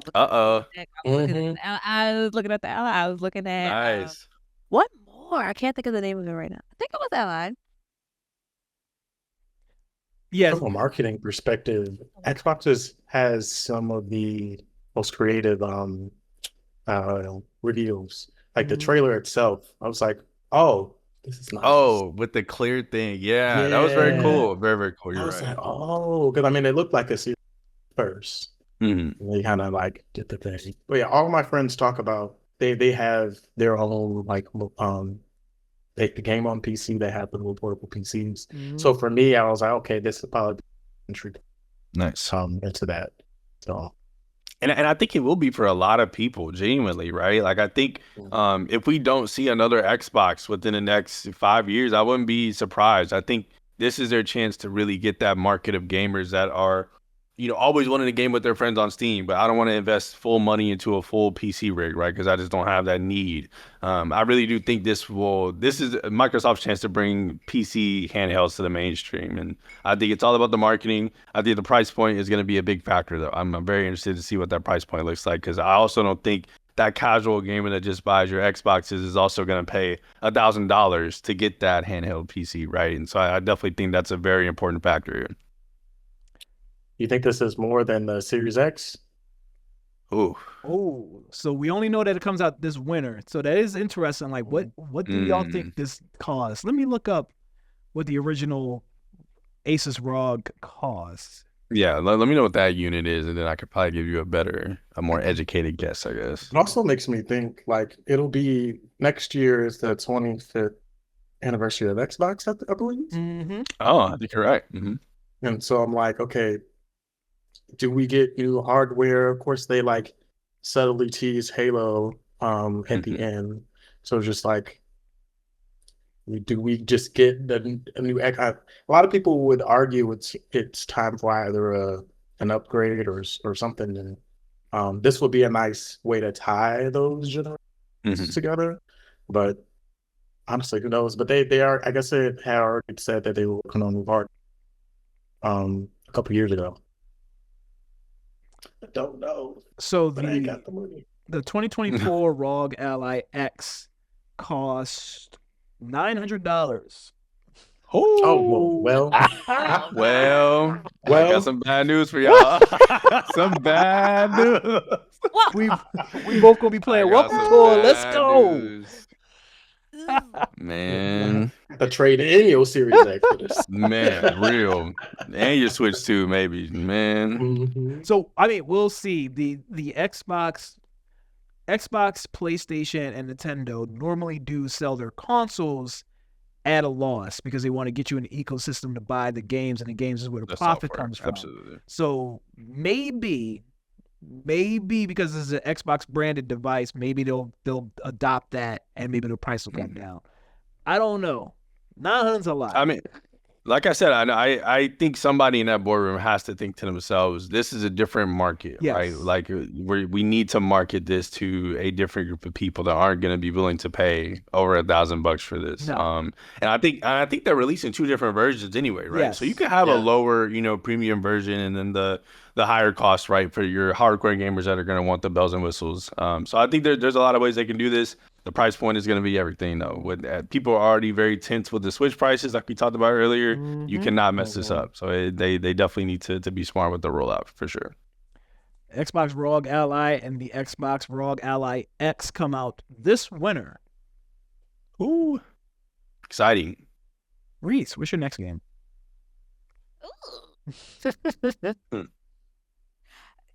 I'll give you one guess. What kind of game it is? Tetris. It's a cozy game. It is Story of Seasons Grand Bazaar. You guys know that Story of Seasons is a Harvest Moon like remake, relaunch, and of course, it's a farming sim, a dating sim. I love any game with the cooking aspect. If you guys don't know that about me, I'm so excited to play this game. I can't wait to see the new romantical characters, like to build my farm. Like with the Story of Seasons, it's one of those classic, really classic cozy games with a unique art style. I typically go for like the Stardew Valley style, Marisa Pacha style, but with Story of Seasons, I'm super excited to see what all I can build in it. I cannot wait for this game. So It's not really I don't think it's gonna be much of a transition from other Story of Seasons games. It's like you get a new town, you get a new place. That's what I'm excited. I'm excited. a lot of people that don't know. So Story of Seasons originally was Harvest Moon. Yep. Yeah, so that was the Harvest Moon franchise. I think something happened. The developers of Harvest Moon broke away from the publishers, and the publishers kept the name Harvest Moon. So Story of Seasons has always been like the spiritual successor of Harvest Moon. It's just basically Harvest Moon. They just couldn't call it Harvest Moon legally. Yep. Yeah. And it's been revamped from that DS version. Now, I'm a primarily handheld gamer, clearly. The Switch, like the DS. I am excited to see what the art style is evolved to, especially I don't know if this is a Switch 2 exclusive game. I don't think it is. I think it's also on PC. I'll look it up right now real quick. I know it's always on Steam, but I mean, I don't know if it's coming out for Switch 1 because it was good in point. Switch 2. It was in the Switch 2 launch. I'm on its official. I think like 70 games they gave us of the Switch 2 I'm launch. looking too. I'm on its official website now. It's listed Nintendo Switch 2, Nintendo Switch, and Steam. That's it. So it's a Switch console exclusive. Okay. Yeah. Oh, so it will come to Switch 1. It is on Switch 1. Yep. Now, Yes. looking at the trailer for this, again, I saw it in the Switch 2 launch. Looking at the trailer, I hope it doesn't lag too bad on Switch 1. Ooh. Or maybe it's my Switch 1. You guys know I have the Original. I have really this thing, the battery lasts 2 minutes. Love I'm that. sure the battery lasts 2 minutes. So maybe it's just my Switch, but again, with the graphic art style, like it definitely is enhanced. So I'm hoping that the Switch 1 is able to run it for what I saw that is coming to this game. I mean, if anything, it kind of allow people to play it, and if it's not as great, it's incentive to push people to buy the Switch 2. They don't have to buy it twice Yeah. because the games are fully compatible. Yes. Yeah, that's always a good point. That is a good point. I just, again, my cozy heart, farming, dating, cooking. Come on. There it is. You gotta cook and clean. I'm so sorry. Sorry. Sorry, man. Sorry. We're not smiling and grinning. Storia Seasons Grand Bazaar comes out August 27th for Switch 2, Switch, and Steam. My final pick is one that this one surprised the hell out of me. Yeah, I did not expect this. I love the original Scott Pilgrim vs. the World side-scrolling beat 'em up. That thing is amazing. That music is insane. Incredible. And to see that not only are we getting a sequel to that Scott Pilgrim EX, but it's an original story written by the guy who wrote the Scott Pilgrim graphic novel. Love Scott Pilgrim. Yeah, and from the art style, it looks like it might be related to the Netflix series that dropped recently. I can see that. Yeah. Yeah, man. This looks so good. The graphics look like the art style from the original beat 'em up, but just slightly better, which is all I need. So Scott Pilgrim EX, you're playing as Scott, you're playing as Ramona, and you're playing as 5 of the original Evil X's. So they are selectable protagonists too. So something happens, they leave Gideon's faction, and they're trying to help Scott and Ramona beat these new factions that are siding with Gideon, whether they're robots, whether they're different other people. And I don't know what else you need to know. The Scott Pilgrim universe is just so dope, and I'm such a fan of it. I wish there was more Scott Pilgrim content out there to consume outside of the one movie and outside of just the Netflix show. So anytime anything with the Scott Pilgrim IP comes out, I'm locked in. Absolutely.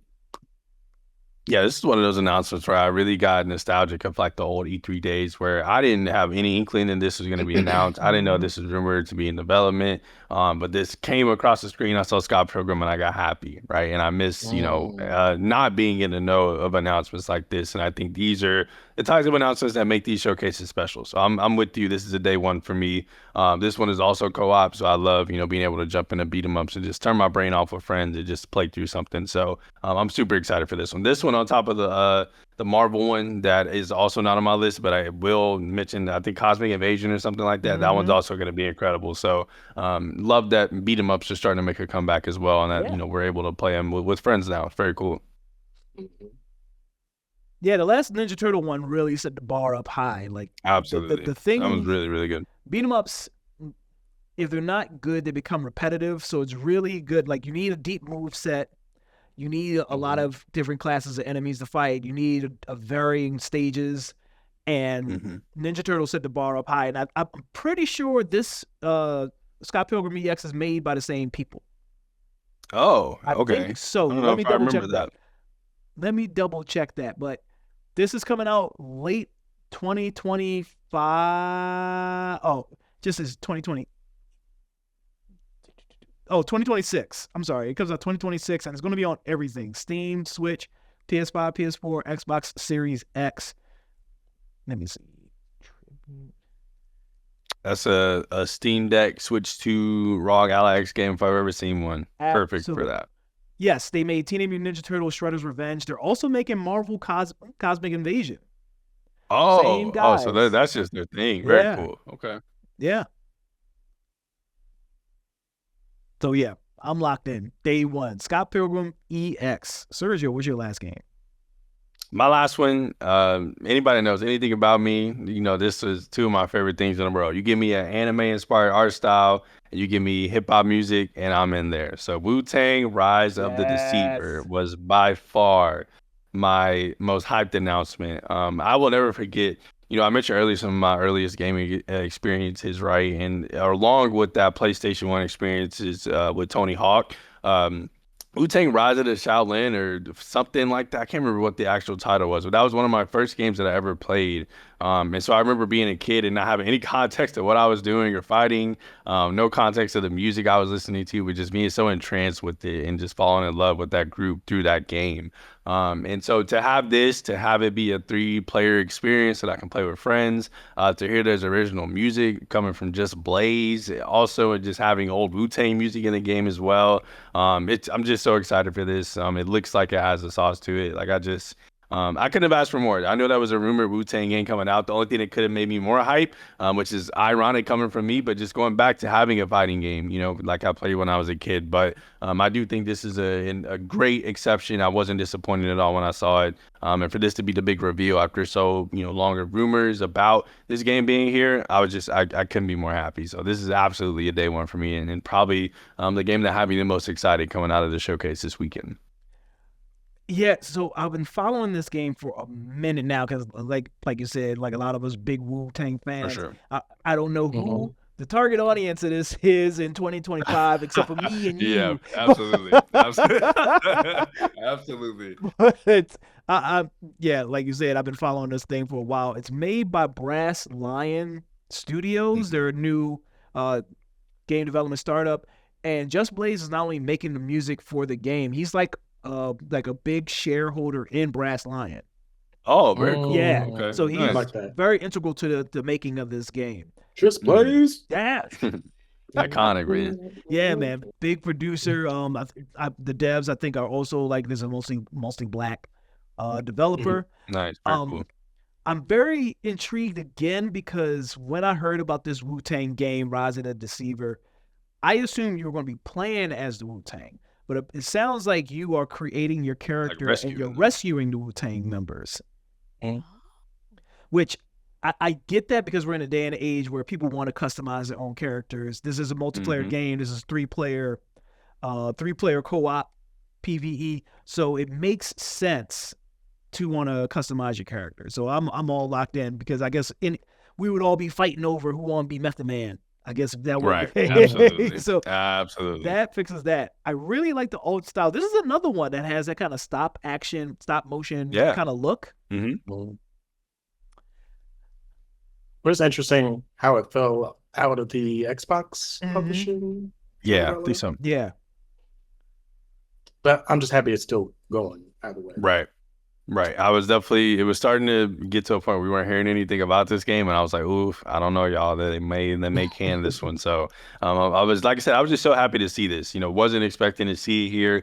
Honestly, we hadn't heard so much that this game had been off my radar. I wasn't even, you know, I completely forgot that this was even happening. So this was a W. This is a very, very good announcement for me, and I cannot wait to play it. Yeah, I think this is the first official time we've ever seen or heard. It's always just been rumors or murmurs. Yep. Like even if you went to Brass Lion's official website before the trailer dropped this past weekend, it was just talking about Brass Lion. It had made no mentions of the Wu-Tang game whatsoever. So I mean, kudos on them for keeping this under wrap for so long. Yep, absolutely. But yeah, I'm looking to see if there's any confirmation of what platforms it's going to be on. It's safe to assume it's going to be on the Xbox because they revealed it during the Xbox showcase. but their official website only confirms Steam and Epic Game Store. Interesting. Yeah. So we'll see. This would definitely be a mistake if it wasn't on PlayStation platforms as well, I would imagine. Yeah, well, like you said though, who is this game for, right? Like, maybe, yeah. So maybe they are just like, let's just put it out on PC, see what happens. Yeah, man. Put this thing on. I don't know, man. Put it on the PlayStation 2. Dude, it's crazy. It's crazy. Yeah, that's crazy. I still have mine. I'm looking forward to it. I don't think there's a date for it yet. It just says coming soon. Wish listed now on Steam and Epic Store. Lindrix, what's your last pick? The Beast of Reincarnation. I'm one of those people who kind of like I saw Game Freak. Was like, oh, what is Game Freak doing at Xbox? What is Game Freak doing at an Xbox concert? Not concert. Showcase. And it just genuinely looked good. Now I learned after Souls-like game, which doesn't really like bother me. To me, it's just like almost kind of like, oh, it's an FPS. Okay, there's a lot of like, what is it? Absolutely. Yeah. I take my breaks from Souls-like games. I played Elden Ring, put tens of hours into Elden Ring. I had industry, but so this seems like a nice next step for that. It just looks incredible. It looks totally different from what I would think Game Freak would release. And now we all know the Pokemon, of course, they release other games. But this being at the Xbox showcase really, it intrigued me. So I think we were all thinking this. Like the first time we seen this and they showed that Game Freak logo, it's like is Nintendo holding Game Freak back? Yeah. Honestly, yeah. No shade. Let Des make what they want to make, man. Yeah. And I mean, this is not the first time they made a game that was not exclusive to Nintendo platforms. They made I forget the name of the damn they made about 2 or 3 non-Pokemon games that I know of that weren't just on the Nintendo platforms. But this is insane. This is all, and it looks good. It looks gorgeous. It's definitely not what I expect when I would see Game Freak. So I'm curious out of that detail alone.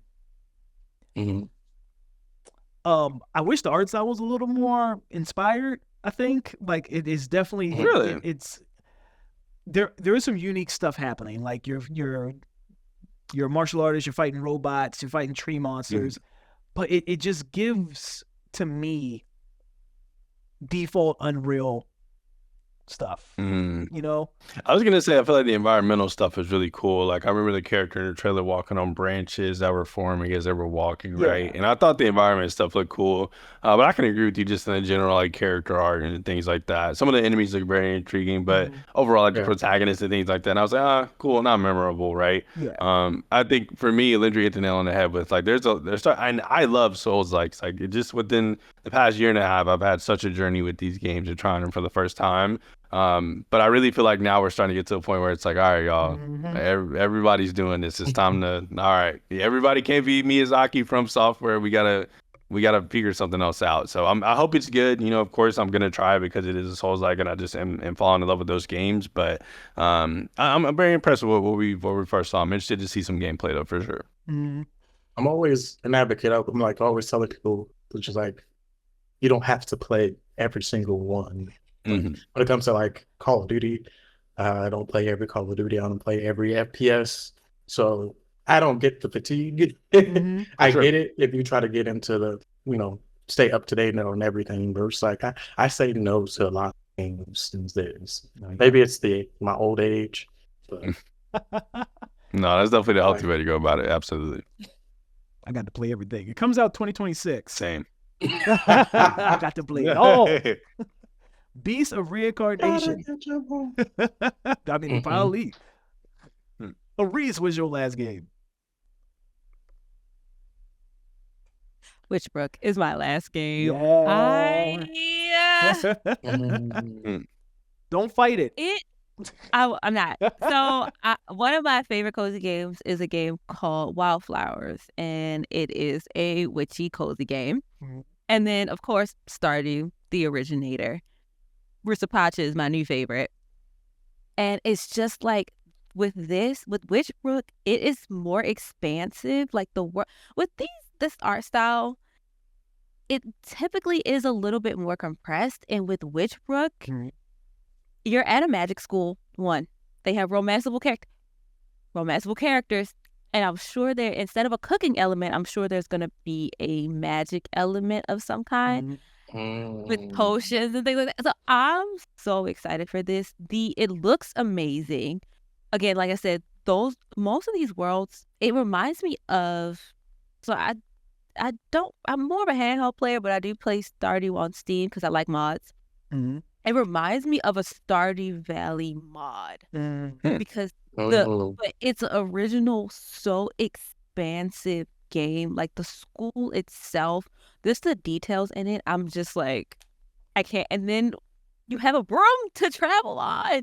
In most games, like this, you have to either tame animals or it's a late game element to get to ride around. Normally, you have to walk around, and I'm just like, I need to see this. Like this magical element, especially. I'm just so I'm sold on it. I can't wait. I think it comes out in August, if I'm not mistaken, I'm or is it TBA? pulling it up now. Just says wish list on their official website. Yeah, it just says coming soon on the Steam page. Okay, Might have got a sale out of me because it's a ton. Yeah. No, yeah, I genuinely, as somebody that is absolutely not the cozy game person, I try Stardew, I've looked at Fields of Mystery and go, oh, why do it look so cool, but I'm not playing it, right? You know what I mean? Witchbrook is one that I remember seeing on Nintendo Direct, and looking at my partner who is a cozy gamer and being like, this might be the one that gets me. Like, I might play this one with you. Like, this might be it. I think it looks incredible. I think, heavily agree with Reese that it looks expansive. This looks like I could do so many different things and play this game how I want to play it. If I'm not into a particular part of it, it looks like I can go off and do different things like alchemy or, building the relationships like you said before. So I'm very much looking forward to this one. I hope this is the game that opens me up to more cozy games. I'm hoping this is my gateway game for sure. I think your gateway game might be Wildflowers then, because it's more of a story element and it's less open. Well, these aren't really open worlds, but it's like For sure. kind of less to do, Mm-hmm. and it's more driven. So it's like you're not unnecessarily grinding for like these in-game items with Gotcha. Wildflowers. Like you are literally trying to get to the next thing. Like you're trying to create these. So I think you would like Wildflowers, and then you'll transition into Witchbrook. Trust me on that one. Because like I said, it is expansive, and most times with these like cozy, like especially this art style, like the areas that you go in, you might be able to go into different areas, but it's very restrictive. Like you can only go a certain amount of way, or if you go into the forest, it is a clear pathway. But with this, it's like you have elements, you have stands all over the place. You have like it doesn't seem like it's a restrictive open world. Mm-hmm. And it's again like the world is more open, so I definitely think this might be it for you. I hope so. I really do think this is the one. We all need more calm games to play. Absolutely. It won me over. I was watching the trailer and the art style looked dope.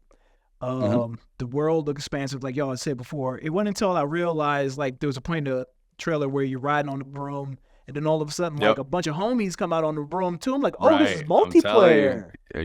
I'm telling you, this is gonna be the one. Yeah, it's gonna be one of them ones. Winter 2025 on Steam, Switch, Switch 2, and Xbox. I already pre-ordered. I have it pre-ordered already. Hell yeah. I think we got a little bit of time left that we can speed run one honorable mention each. Okay. We have it. I'm gonna cheat and give you two, but we good. I will be quick because I still don't have a lot of detail on this, but I do want to discuss like why when this game pops up, it's always like in the most shadiest, quickest sneak peek snippet type of way possible, Xbox just sideways confirmed that Hollow Knight Silksong is Oh, finally coming out. yeah. They said this thing is going to be playable by the time the Xbox ROG Ally X comes out, which means that this thing's coming out before or by winter 2025. Yep. Nintendo at their direct just was like threw it into their montage. As if it was an afterthought. Yeah. Nobody's asking to hear about this game. Let's just throw it in a montage. Just throw it in there. Just a sequel to like one of my favorite Metroidvanias of all time. Just whatever. It's almost like this. It's the hot high school person that like everybody wants to take the prom, but nobody wants to commit to because they flake all the time. Nobody wants to be a prom by themselves. And it's just, but I feel like this is the one. I feel like this is it. Xbox kind of was made to look dumb a couple years ago when they put it on their list of games that were going to come out within the calendar year, like 2 years ago. Yeah, for sure. But it's time. Team Cherry has been updating their Steam page for it. They've been adding content. They've been updating people's calendars. We are about to see it. It's coming out this year, and I'm about to put in so many damn hours in this thing. Hollow Knight was great. This could be all just skin swapped Hollow Knight, and it'll be what I was asking for. Absolutely, yeah. Well, if it ain't broke, don't fix it. No, yeah, exactly. Hollow Knight Silksong sometime soon, maybe. Question mark. Sergio, what you got? So like I said, I'm gonna give you two. One of them really quick. We don't have to talk about much. But I'm just very happy we got more news on Mixtape. Yes. Mixtape is a game that has like the teenage coming of age vibes. It just looks so like just entrancing that I cannot wait to play it. And so I'm happy we got some more news on that. I wasn't expecting it to still be happening this year, but definitely going to be in my top games of the year. This I can already tell. And then my real answer is this game Ill. I'm very into like horror games on the side. Ill looked like it was just this super weird. And it looked really good. That was what was surprising to me, is the studio I had never heard of before. And just fidelity wise, it looked incredible. And very scary. So I definitely want to try that. I'm interested to get to try the game, but also watch people play it. I like watching people play horror games too and experiencing those for the first time. So I think that'll be a one to look out for in the coming years when it gets announced and gets released.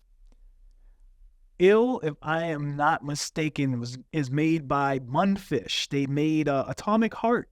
Came out last year. Oh, the robot. Yeah. Yeah. Man, they had like 2 games announced. Yeah. The sequel. Yeah. So yeah, they got a lot of stuff coming for sure. But this thing looked freaking sick. Like I'm a horror sicko. Like I love horror games. I love horror movies. Same. And this thing is like scratching all the itches. I like the weird shit. Give me all that stuff. Like Silent Hill F. Give it all to me. Yeah, this one definitely caught my eye. Something original, right? I think we reused a lot of horror IP in the horror game, area and genre. So I'm excited to just see a new horror IP, make its stay. And hopefully it's good. Hopefully it's... Oh, I did already drop... Oh, somebody else dropping in. Oh, Sergio did it. Thank you. I'm scrambling. I'm scrambling back here. I'm trying to rock. Man, I got you. Yeah, Ill, I don't think it has a release date yet. But I believe Xbox said that everything shown at that showcase is kind of like coming out within like 12 months of the showcase, it looked like, outside of Persona 4 Revival. Right. Which is a good strategy at Xbox. I'm glad they're doing that. It really looks like everybody's doing that now, where they're not announcing things that are too far in the future. I think they're doing more of the like, at least showcase wise. Here's what's coming soon, and outside the showcase, all right, this might be long term.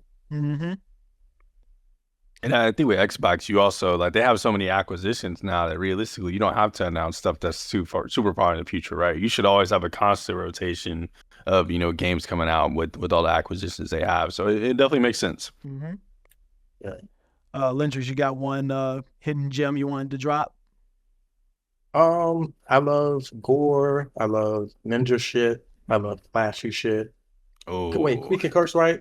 So yeah. Ninja Gaiden 4 looked. That's the order you want to do it. You want to curse, and then you want to be It like, looked we can really curse. good. It looked really, really good. Ninja Gaiden 4 looked, and I love Dead or Alive too. I just watched this video of how like the Ninja Gaiden universe connects to Dead or Alive. So I was like, they just put back the Hayabusa in it. Yes. So that's really cool. So yeah, this I've never played a Ninja Gaiden game before. They've always looked great. Yeah. Oh, yeah. Um, So I'm just like, this looks fun. I know they're hardest. I was about to say, kind of like Yeah, they're how, tough. but hey, it's the journey. It's on Game Pass, so Yeah, I'm super excited for this one. I grew up playing these, and broke many of controllers as a child playing these games because they're very, very tough.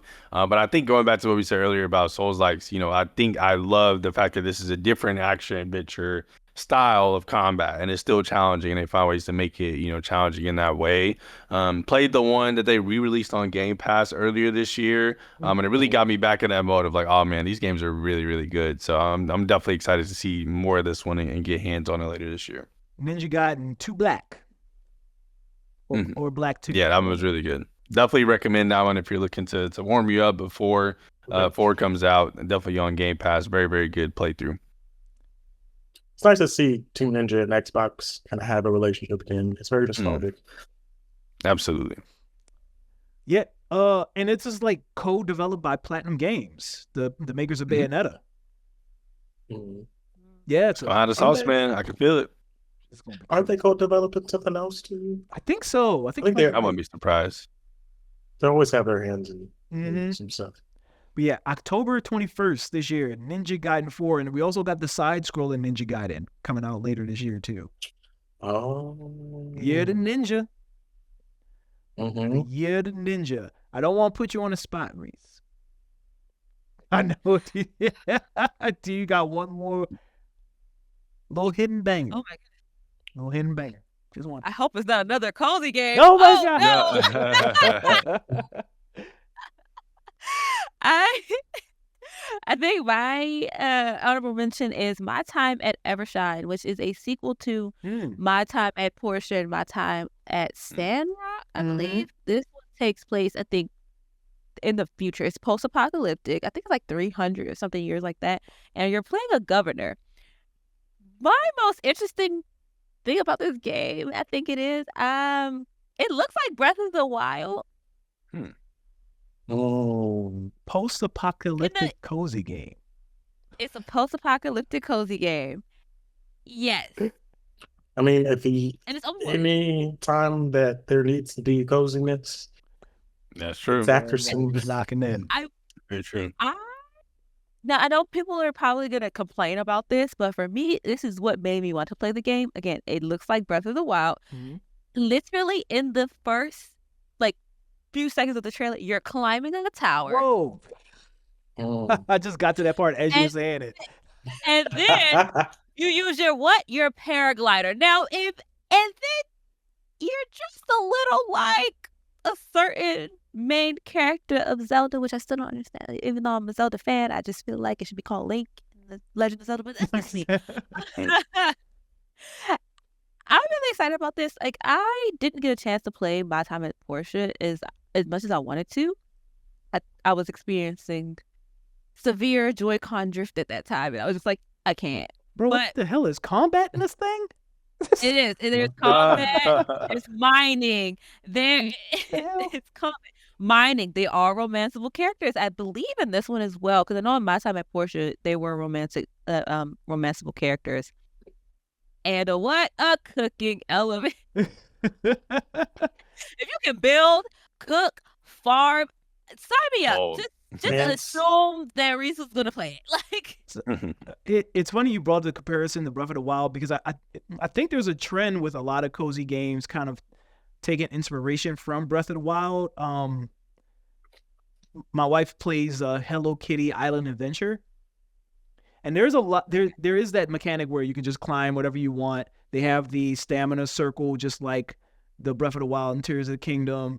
There's the cooking just like in Breath of the Wild, Tears of the Kingdom. Like there's a lot of the gliding, a lot of inspiration from that. It's like it's almost like they see the Venn diagram and target audiences between like the Breath of the Wild, Tears of the Kingdoms, and cozy games. And this is why I say that Breath of the Wild is a cozy game. Oh, I don't know. Got that? I'd be stressed. I'd be stressed. When I say it, no one believes. I see the where big you're going. lion dudes. Ain't nothing cozy about them at all. I'll tell you that right now. I see where you're going. First of all, Lionels, why are they harder to beat than like the mini Ganons? Like, Right, that's what I'm saying. So that's not cozy. Like the hardest Ganon is Thunderblight Ganon. I'll fight him 1,000 times over. You got that red hair Lionel? Man. Relax. I use ancient arrows. Yes, I want the gear, but I'll use the ancient arrow real quick. Like, listen. Oh, spoiler. I mean, the game came out how many years ago? Yeah, if you ain't been by now. That's real. I mean, that's me, but it's fine. Sorry. I was gonna say there might be a bunch of new people playing them now because of the re-releases for sure. Yeah. I mean, I don't know. I'm interested with spoilers. You could talk about just it doesn't register or click, and so out of context. Yeah, 100%. Yeah, no. Spoiler alert: ancient arrows kills your enemies instantly, but you want the gear. You don't get the gear though. You need the loot. I mean, not gear, loot. That's just gameplay. That's not a spoiler. Okay. Yeah, no date, just to be announced, and it will be on. What the hell? My computer's blocking the website. It's gonna be on Steam. Firewall. Is this porn? Is a porn game? What is happening? Oh my God. My Time at Evershot. It's definitely gonna be on Steam soon. Yep, Steam and Switch 2. Steam and Switch 2. All right, man. I think we did it. See. Yeah. Summer Games. It's a big weekend, man. Big weekend. Big weekend. And it's still, I'm very glad that it was way more tighter than it usually is. Like everybody, there's no Ubisoft forwards. There's no frigging Why you had to say Ubisoft first? Why you had to disrespect Ubisoft first? We ain't talking about doing this whole show, or you immediately disrespected. Just Dance doesn't need its own damn presser. I agree. But kudos to them for knowing this year we have nothing to show, so let's not waste people's time. Yes. Thank you, Ubisoft. Thank you. I really appreciate it. There's one thing about it, they gonna do a panel. Man, thank you, Ubisoft. You know how hard it is to like schedule a live reaction and you do the live react and it's just Ubisoft talking about Just Dance and like the pirate game that you know is gonna suck. Man. So thank you. Right. Thank you everybody for noticing. Just send Jeff Keighley your stuff. Just send Jeff Keighley your stuff, please. It's all right. Thank y'all for watching and listening to this episode of Game Clique. Lenders, where can they find you if they want to find you and your stuff? On LENDR1X on all platforms. My gaming Twitter is Rock is Infinite. So yeah, that's where you can find me. Reese? You can find me at Genius Re on Instagram and Reese Plays Games X everywhere else. And at Lip Gloss and Letter. The letter N.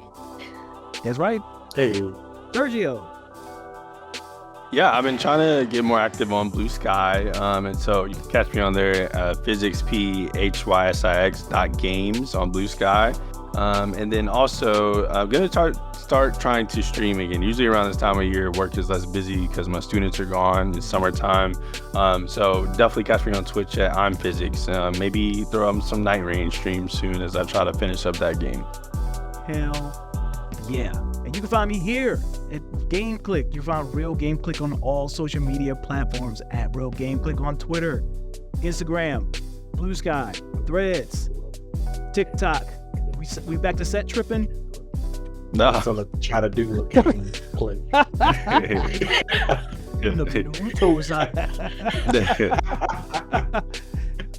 We're on YouTube at Real Game Clique. Be sure to subscribe, hit the bell, and like so you don't miss any more of these podcast clips and IRL content. Find us on your favorite podcast platform. Game Clique with the one with the blue icon. New episodes drop every other Friday. And follow us on Twitch. Sub to the Twitch at Real Game Clique. Me and Reese are going to finish Split Fiction Yes. while she. So here's the. I know we're signing off, but I do need to tell y'all this real quick. I enjoy booze. I enjoy whiskey. I enjoy a bit of whiskey. I enjoy a bit of beer. I'm trying to wean off of that. I'm trying to upgrade from being an alcoholic to being a wino. Ooh, So yes. okay, So okay. Reese has promised to. Yes. So Reese has promised me on every episode she's going to introduce me to one of her favorite wines, and we're going to sip Very wine, nice. and we're going to play Split Fiction in a series I like to call Lit Fiction. And you're going to like that. find that. I love it. You're going to I like find that a that lot. twitch.tv/Real Game Clique. That's going to be starting really soon, and you're going to be finding all of us there.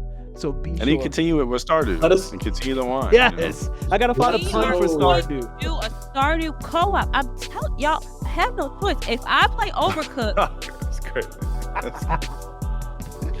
We Let should us do know a the wine Witchbrook instead. Huh? Let us know the wine before. Oh, that's a good call. Which is the thing. Oh, it was Yeah. Here's the wine. Cabernet, it will definitely be a Cabernet. Because Cabernet is Okay. my favorite red wine. Now, if you don't like dry wines, maybe a Cabernet is not the best place to start. Listen, just let us know what y'all drinking, and then we'll participate. That's right. You can participate. Good idea. It's gonna be crazy. But thank y'all for watching again. Make sure to get good, be good, and stay good. Y'all, we're out.